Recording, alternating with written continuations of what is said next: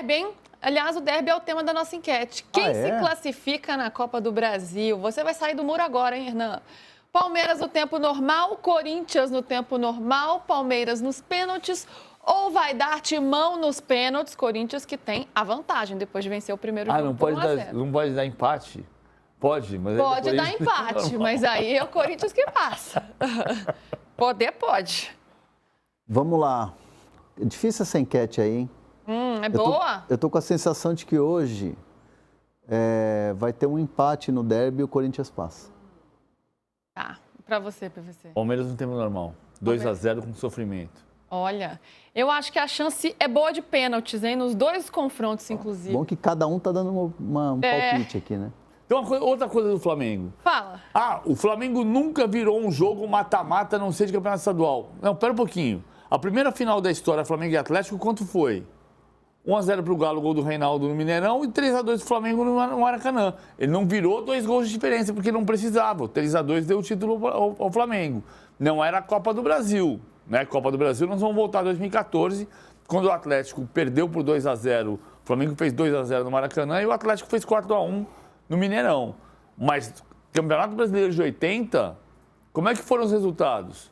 Atlético 1, Flamengo 0, Flamengo 3, Atlético 2, Flamengo campeão. Então virou. Num cenário que não era de campeonato de campeonato estadual.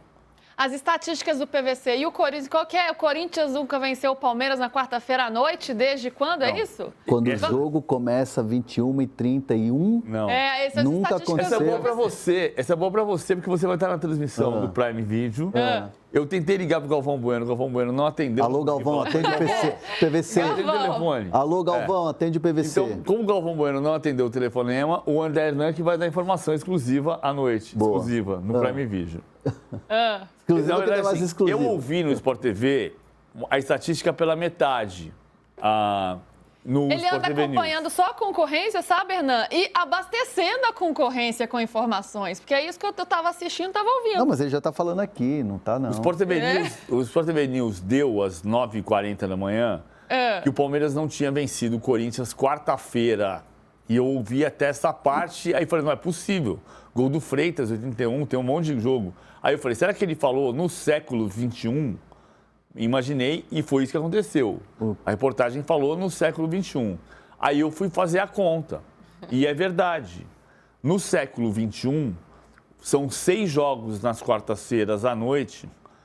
São 6 jogos às quartas-feiras. Eu queria muito a câmera aberta para mostrar a cara do André. São 6 jogos. Presta atenção que vai ser útil para você. Olha só. A melhor parte é o final. Na transmissão. A melhor parte é a final. São 3 jogos, 3 vitórias do Corinthians e 3 empates. Tá. E qual foi o último jogo que o Palmeiras ganhou do Corinthians numa quarta-feira? O pênalti que o Marcos pegou do Marcelinho. Olha só. São Marcos estará na transmissão com o André Hernan. Sim. Portanto, essa informação pode ser útil para você, não pelos 6 jogos, pelo Marcos, mas pelo Marcos. Claro. É isso, o PVC passando palmas aqui. Depois eu vou anotar. Vou anotar e vou soltar essa. Pô. E vou falar, quem me deu essa letra? Paulo Vinícius Coelho. Ótimo. Que, aliás, Galvão, tentou te ligar. Te ligou? Eu fiz a pesquisa, você vai dizer assim, eu fiz a pesquisa aqui no Prime Video. Eu fiz a pesquisa. E descobri que... Não, vou fazer isso não. E até o fim do programa, o PVC vai contar o que ele sonhou, tá, gente? Não vou contar nada. Não vou contar não. Teve isso. Eu contei pro meu filho só. Você chega em cima do programa, André, né? Você tá vindo da sua foca. Você vai contar. Chinelinho nada. Dando almoço pros filhos. Vamos falar de futebol, então, que a gente tá nessa conversa furada aqui na nossa resenha, que é boa também. Galera do chat, vamos chegando aí, ó. Likes, vamos de like. Vamos votar na nossa enquete aqui também. Daqui a pouco tem enquete de Galo e Flamengo, tá? É a primeira enquete só de derby, depois tem outra. O Edno Filipucci fala, Luiz, hoje é meu aniversário. E o presente será a classificação do Palmeiras. Será? Vamos ver. Tem o aniversário do meu amigo Enzo hoje também, e no nosso grupo de amigos lá, soltou um monte de parabéns, o presente é a classificação do Palmeiras. Todo mundo soltou lá, inclusive eu. E o presente é a classificação? Então você está torcendo pela classificação? Não, eu desejo esse presente a ele, porque é amigo, mas meu palpite é que vai acabar 1-1 no tempo normal. Então 1-1 no tempo normal. Foi mal, Enzo, foi mal. Para você, PVC, o Corinthians tem uma vantagem aí, pequena, na verdade, de 1-0, mas é uma vantagem conquistada em casa, uma vantagem relevante. Isso faz do Corinthians favorito, ou não bem favorito, porque é um equilíbrio muito grande, mas qual a vantagem do Corinthians nesse jogo de hoje? O empate. A vantagem é. Sabia que eu ia responder isso. A vantagem é poder empatar ou ganhar o jogo. De 3 resultados possíveis, ele tem 66% de chance de passar. Entendi. Obrigada pela conta. Porque ontem a gente foi um desastre nas contas aqui, né? Hoje você tá melhor nas contas, PVC. Tô melhor. Eu acho que assim, eu tenho dito, o derby é o único clássico que o visitante ganha, né? Em regra, desde que começaram os jogos em casa de cada um, desde 2013, quando Itaquera, a Neoquímica Arena foi inaugurada, depois 2014 o Allianz Parque, e passou a se jogar Allianz Parque, Vila Belmiro, Morumbis, Vila Belmiro, Itaquera, Vila Belmiro, Allianz Parque, Itaquera e assim por diante. O clássico que tem o visitante ganhando é o derby. O Palmeiras ganhou 22% dos clássicos em Itaquera e o Corinthians ganhou 33% dos clássicos no Allianz Parque. De 15 clássicos, ganhou 5. Então, como diria Mário Jardel, derby é derby e vice-versa. Tá bom, derby o famoso clássico é clássico e vice-versa. Foi o Jardel que disse. André Hernan, olhando aí os bastidores das equipes, como que os dois times estão trabalhando esse derby, né? Claro que vale muito para os dois, para o Palmeiras é uma revanche que precisa ser feita, né, depois da derrota no Campeonato Paulista. Para o Corinthians praticamente vale a temporada, acho que dá até para dizer assim, né? Porque não tem tantas pretensões no Campeonato Brasileiro, já saiu das Copas. O que vale para cada um? Quem que chega mais assim, com sangue no zóio mesmo, para passar de fase? São dois times que estão pressionados e dois times que passaram a semana argumentando, né? Eu vou dizer o porquê disso. Nas minhas apurações com o Palmeiras em relação à chegada de novos reforços ou do substituto do Rios, que é o que a torcida tem expectativa, vem muita coisa assim do tipo: estamos trabalhando com calma, vamos fazer uma contratação certeira, como a gente faz. Aliás, tem muita gente falando dos 600 milhões que o Palmeiras pagou nos reforços e muita gente cornetando os reforços. Não é bem por aí. Então, assim, eu ouvi muito argumento para provar o trabalho que vem sendo criticado. O Abel sabe que o time pode melhorar, está trabalhando para isso, mas são jogadores novos, o Sousa acabou de chegar, pós-mundial, ele fez poucos treinos e já estreou e está jogando bem, mas ninguém enxerga isso, só se olha o número fechado de 600 milhões e muitas críticas. Um time que recebe críticas por não, entre aspas, jogar bem em jogos decisivos, mas o Palmeiras entende que foi bem no Mundial, classificou na primeira colocação na Libertadores, está vivo na Copa do Brasil, está entre os 3 no Brasileiro, com jogos a menos. Então, assim, é um momento em que um Palmeiras, pelo menos nas minhas apurações, tenta explicar muita coisa, e entra pressionado para esse jogo. Sabe que há uma pressão externa e que nos jogos, e que no caso hoje à tarde pode explodir algo ou mais uma história para o Palmeiras ter que argumentar. E do lado do Corinthians não é diferente, porque quando eu vou apurar, Vitinho está mesmo negociando, está adiantado, adiantou, avançou, Vitor Sá continua a conversa, vamos com calma, tem o dia 9, tem a questão política e tem esse jogo. Ontem, eu aqui na hora, apurando a história do Memphis, olha, gente, foi uma discussão, foi de jogo, foi algo de treino, tá tudo bem. Então, assim, são dois times que entram em campo hoje apagando muito incêndio interno de coisas que vêm de fora. Então, assim, aquela coisa do externo fazendo eco dentro dos clubes, dentro dos CTs. Então, eu entendo que o jogo de hoje, ele tem um peso 2 por essas questões que ficam fagulhando ali e tal durante a semana. São muitos elementos juntos, né, que dão um tom que já tem uma rivalidade gigante, é óbvio, mas que ainda dão um tom maior ainda para esse jogo.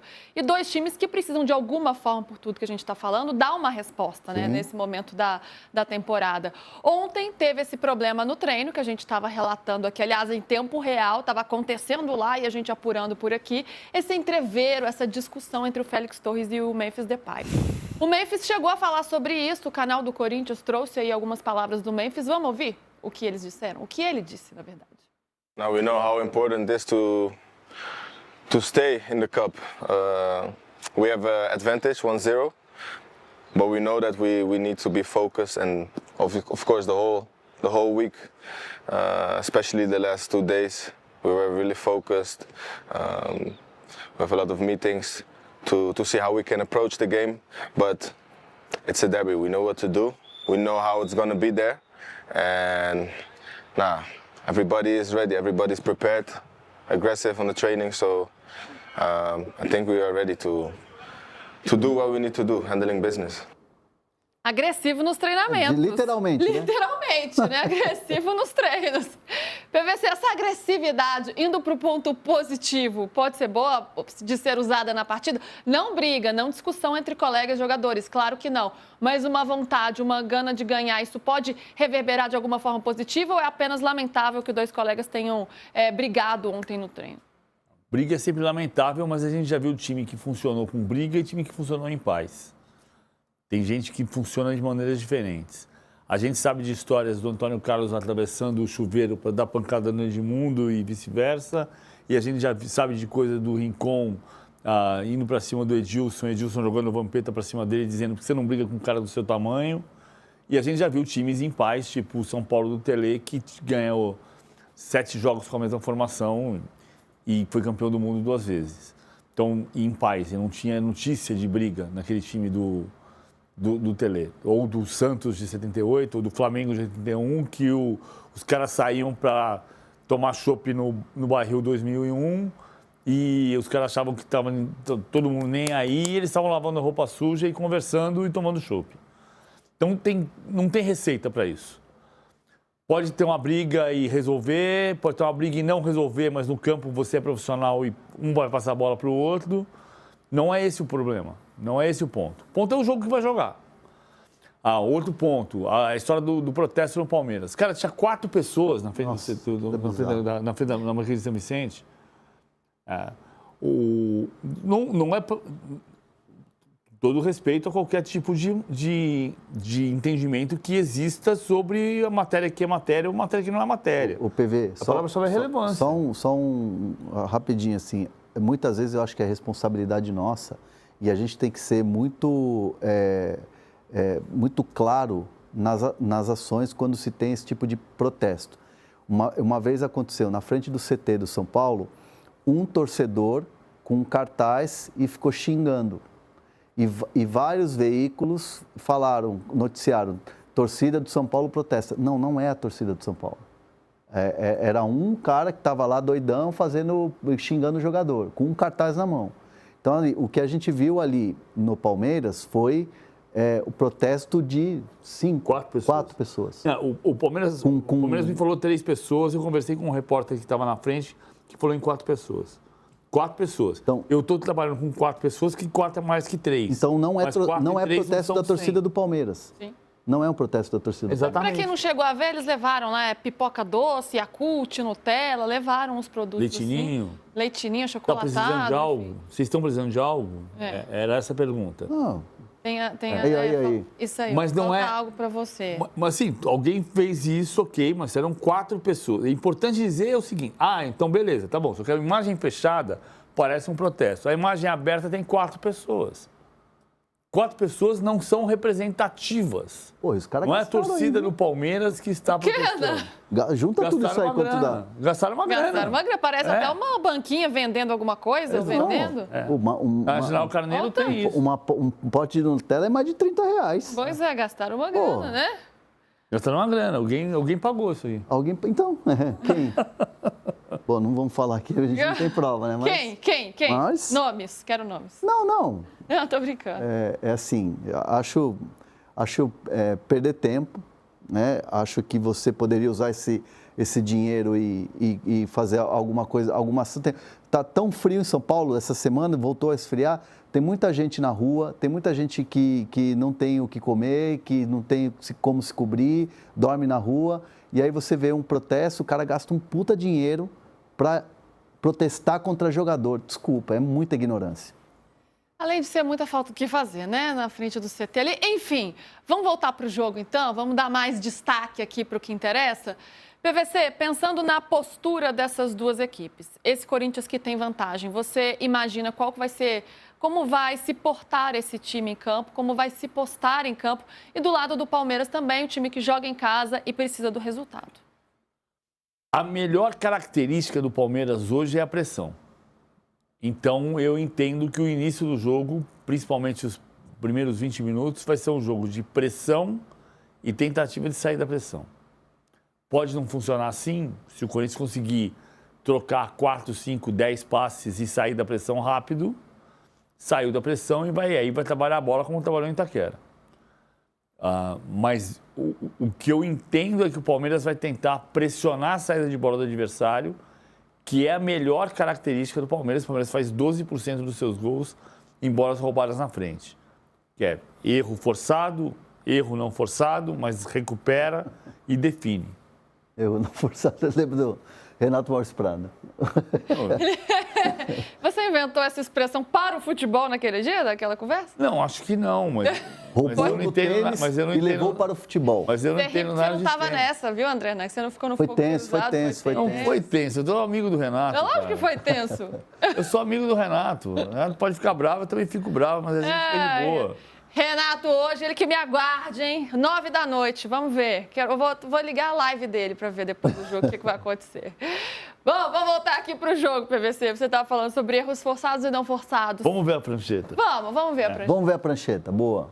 É só ilustrar o que eu estou falando. Sim. Porque assim, o que é que você vai fazer? O Palmeiras está fazendo muitas vezes o que a gente viu no Mundial, que é subir a marcação e subir a marcação sem sobra. Aqui, eu só ilustrei com 4 contra 4 no final, com o Vitor Roque e Maurício pegando o André Ramalho e Gustavo Henrique, e o Sousa e o Falcão Torres subindo em cima do Matheus Bidu e o Mateuzinho. É só para ilustração, que se eu colocasse o campo inteiro ia ficar poluído, você não ia entender nada. Mas assim, não sobra ninguém. Não sobra ninguém. Aqui está o Aníbal Moreno que vai pegar o garro e não vai sobrar ninguém. E o Corinthians, contraponto, tira as flechas, as setas de quem vai subir para a marcação, porque o Corinthians vai tentar fazer a seta ao contrário, ou seja, ele vai tentar sair, quebrar a primeira linha de marcação do Palmeiras, e quando quebrar a primeira linha de marcação, se chegar no Garro, se chegar no Memphis pela esquerda, se chegar no Carrilho pela direita, que é o próximo campinho, a gente vai ver o time quebrando e aí vai criar um cenário que é, passou essa seta do Martínez, passou essa seta do Carrilho, aí você complica a vida do Palmeiras, que não tem sobra. Então, eu entendo que o início do jogo é um jogo de pressão e saída da pressão. E quem se der melhor nesse cenário vai ganhar o jogo. Porque se o Corinthians conseguir ter paciência para sair da primeira linha, vai quebrar essa primeira linha e vai chegar do outro lado com muito campo para jogar. Seja para trabalhar, cadenciar o jogo, seja para definir numa bola longa. Com espaços, né, para jogar, quebrando essa primeira linha. Vamos ver o campinho do Corinthians, que aí a gente dá uma olhada o que essa parte tática, né, pode ter relação aí com os nomes que estão em campo também. Quem que o Corinthians deve mandar a campo? O técnico Dorival Júnior. Principal novidade é o Martínez, que teve um desconforto muscular na coxa, mas deve ser titular. Então, é essa a formação que a gente está apostando aí. Hugo Souza, Mateuzinho, André Ramalho, Gustavo Henrique, que está nesse processo de renovação de contrato. Hernan trouxe ontem, com o Matheus Bidu. O losango que a gente já conhece, Raniel, Carrilho, Martínez e Garro. E na frente, Memphis e Yuri Alberto. Imagino que esse seja o time que vá a campo. Hernan, é por aí? E você, pelos bastidores, pelo que você apurou desde ontem, né, já trazendo as informações aqui no De Primeira, essa discussão que teve ontem entre Félix Torres e Memphis, teve alguma repercussão? Ou pode ter algum impacto aí no jogo? Zerou. Não, foi de treino mesmo. Foi uma entrada do Félix Torres e aí o Memphis não curtiu, aí depois o Memphis foi lá e deu uma entrada mais forte no Félix Torres, que aí começou a discussão. E aí, uma informação importante que é o seguinte, a história do Fabinho Soldado ter entrado lá para separar. O Fabinho estava vendo o treino. O Fabinho estava na beira do campo ali, junto com a comissão técnica, vendo o treino. Então, assim, ele não saiu da sala dele. Sabe aquela coisa do diretor que abre a janelinha, vê a confusão no pátio e vai lá? O bicho pegou, chama o diretor. Não foi isso. O Fabinho estava assistindo como ele assiste os principais treinos, assim, né? Ainda mais quando é véspera de jogo importante, ele está no campo acompanhando junto com a comissão técnica. E ali na hora teve aqui a turma do deixa disso. Então os jogadores mesmo já estavam, opa, calma. E aí o Fabinho vai lá e fala, calmou, gente, vamos embora, continua o treino e o treino continuou. Mas tem uma pergunta que não quer calar. Qual? Tinha jornalista no treino? Não tinha. Não, mas nunca tem, né, PVC? Então, mas por que vaza? Porque alguém vazou. Sim, alguém vai vazar. Sim. Mas é porque às vezes você quer... Já vou chegar no fim da sua pergunta. Qual interesse alguém vazou? É isso? Não, que alguém porque vazou? pode ter vazado, porque alguém passa a mão no telefone e pergunta, escuta, como é que foi o treino hoje? E alguém dentro do treino fala, foi tudo bem, tirando o pedaço que o Memphis quis dar uma pancada no Félix Torres e vice-versa.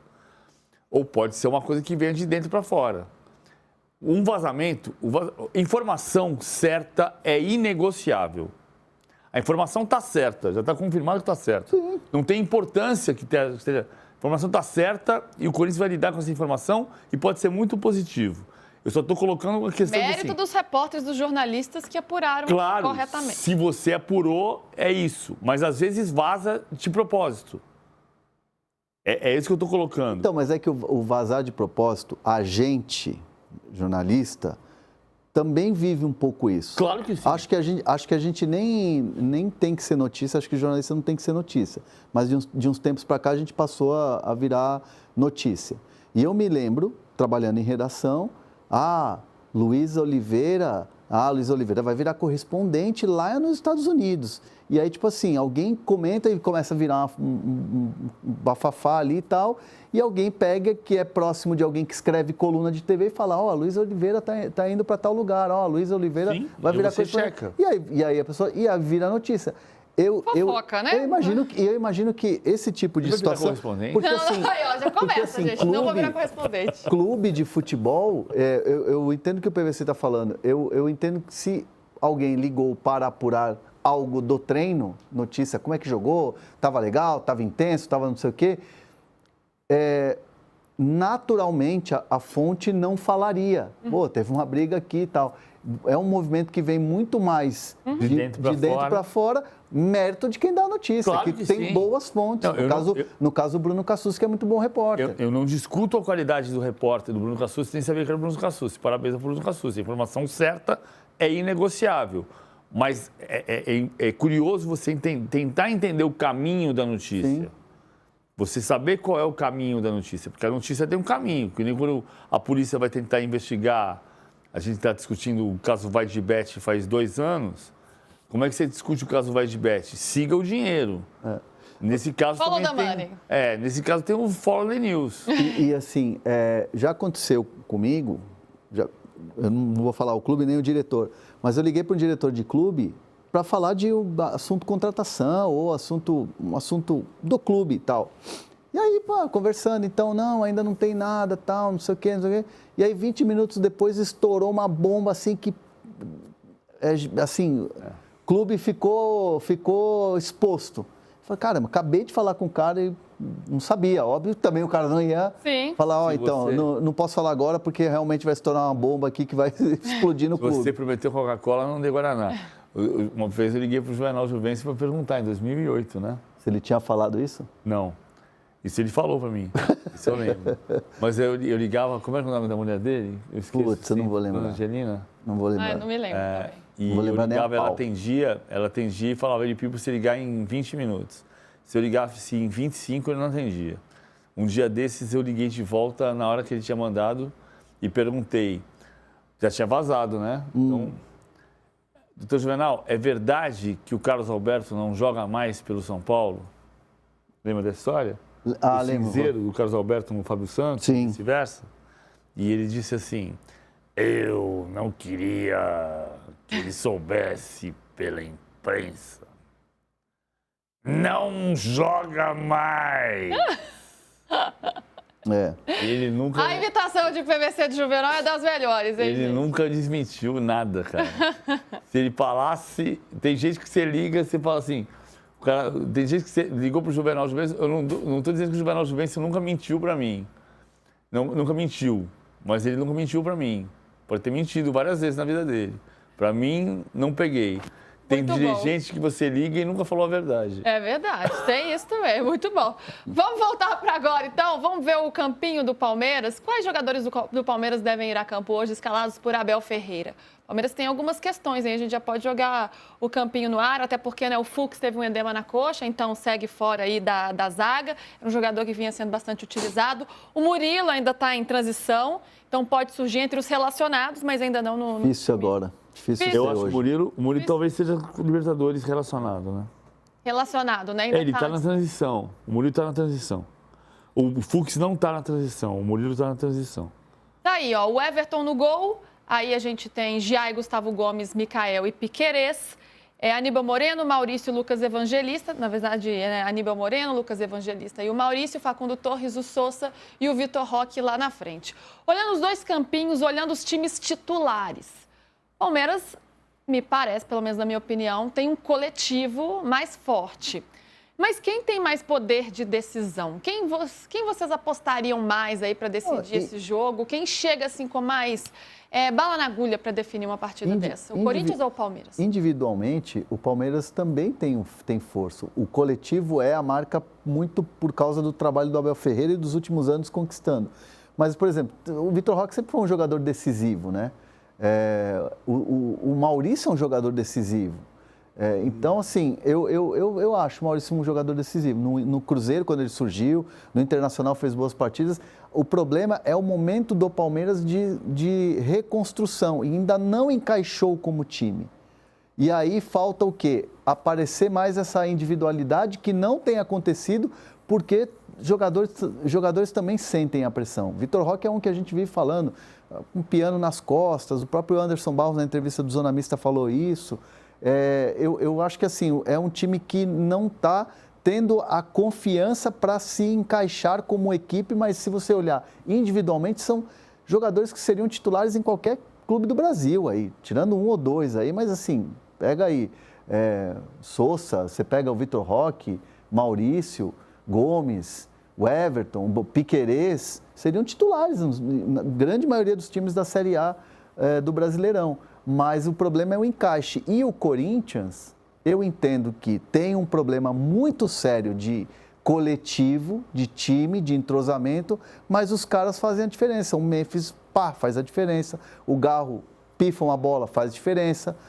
E o Yuri Alberto é letal quando tem chance. Ali na frente tem jogadores muito técnicos, né?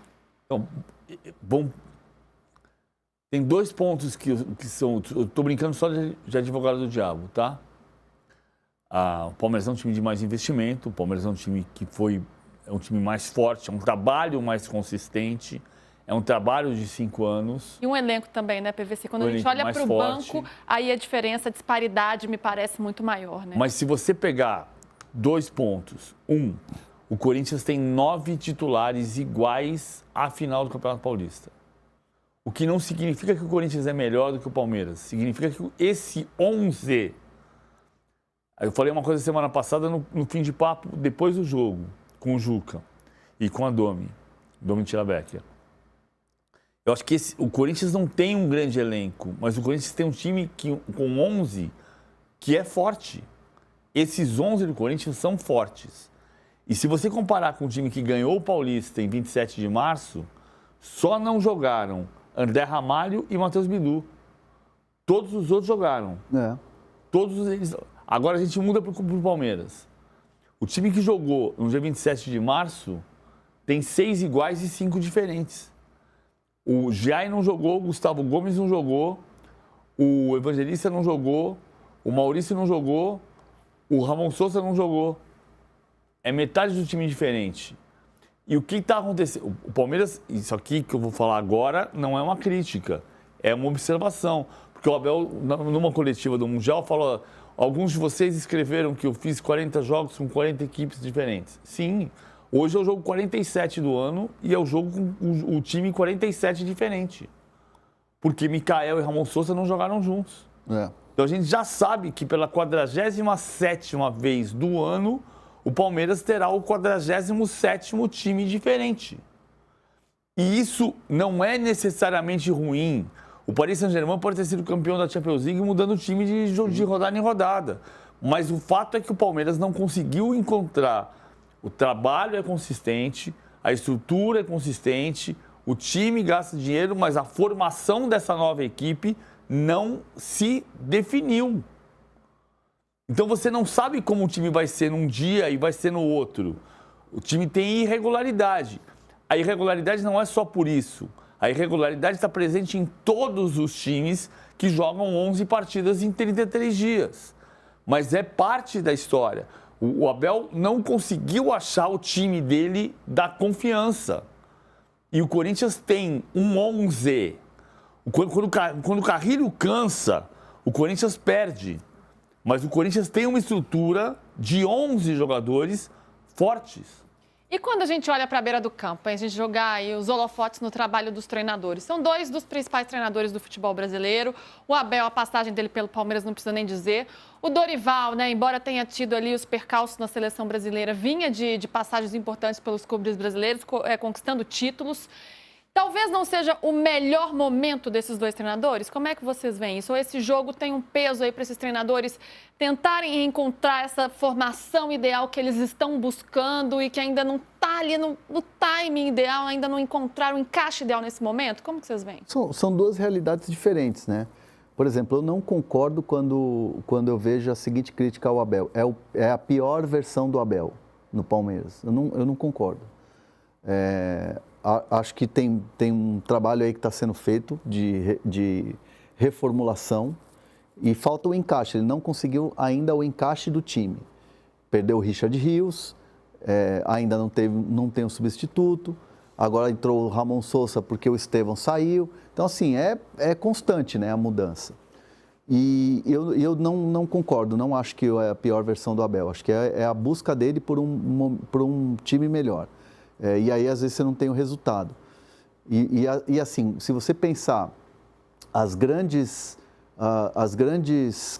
vitórias do Abel, você não vai ver assim um jogo espetacular. Você vê jogo espetacular do ponto de vista da estratégia, do uso de jogador numa posição, do trabalho do treino que deu certo no jogo. Eu cito muito um exemplo do jogo contra o Flamengo lá em Montevidéu, na final da Libertadores. Então, sempre foi uma marca do Abel a estratégia, e não aquele jogo espetacular. Nossa, joga por música, pá, gol.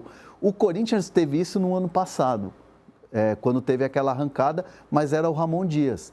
Com o Dorival, deu um gostinho de que ia ser assim contra o Internacional, mas o time caiu de rendimento. Foi o primeiro jogo, inclusive, do Dorival na Neoquímica Arena, mas aí depois teve uma queda de rendimento. Eu acho que são realidades distintas dos dois treinadores, mas não dá para dizer que os dois estão em baixa, estão vivendo péssimo momento e que estão muito mal. Ao mesmo tempo, também não digo que está lá aquela mil maravilhas. Acho que eles estão no momento de buscar. E acho que o vencedor de hoje vai dar um passo em relação a isso. Ganha pontos, né, nessa escalada. E aí, PVC, como você vê o momento dos dois treinadores, colocando em foco os dois profissionais ali na beira do campo? O Dorival tem 18 jogos.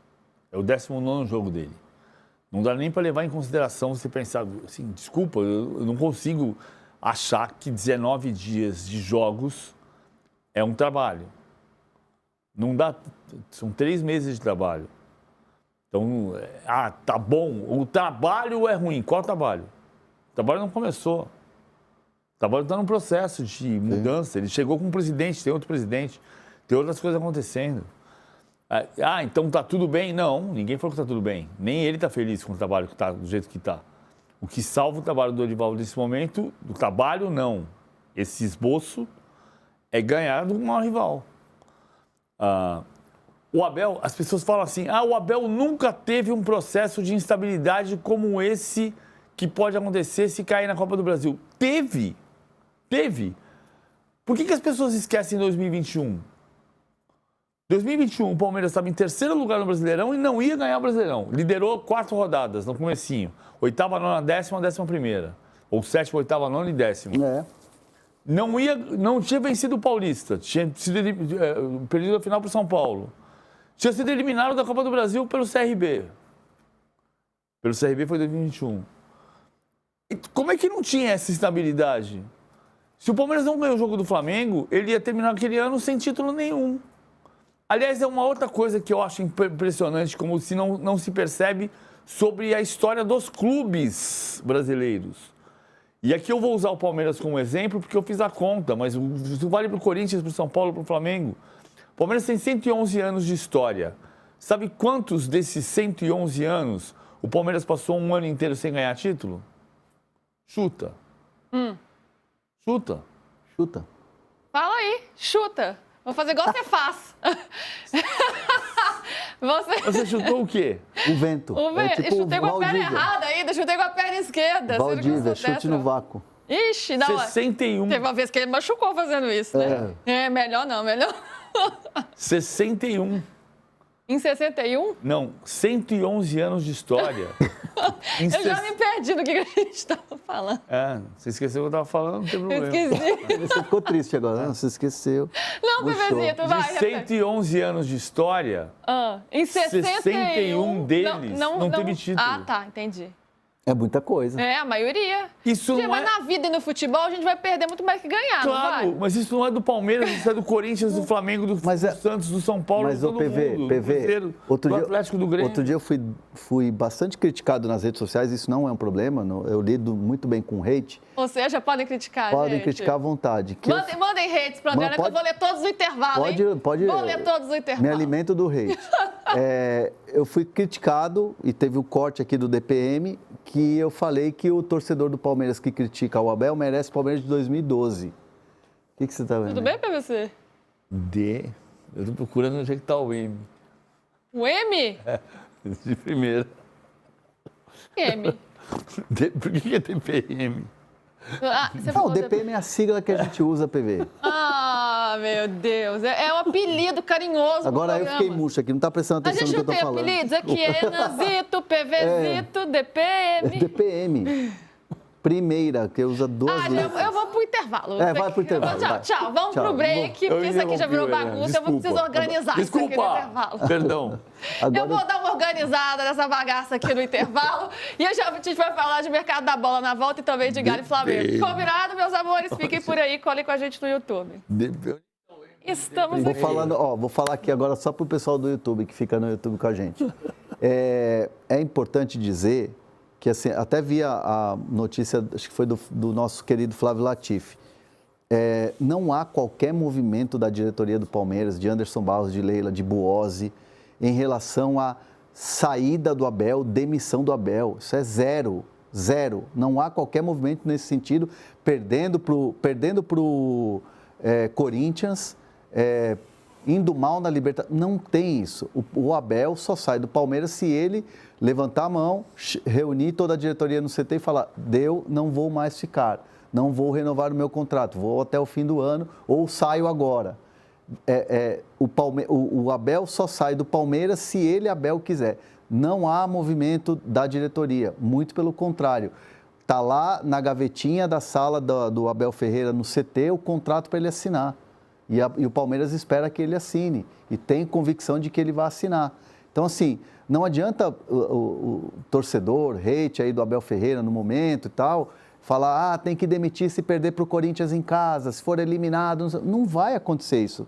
Sinto muito, amigão, mas não vai acontecer isso.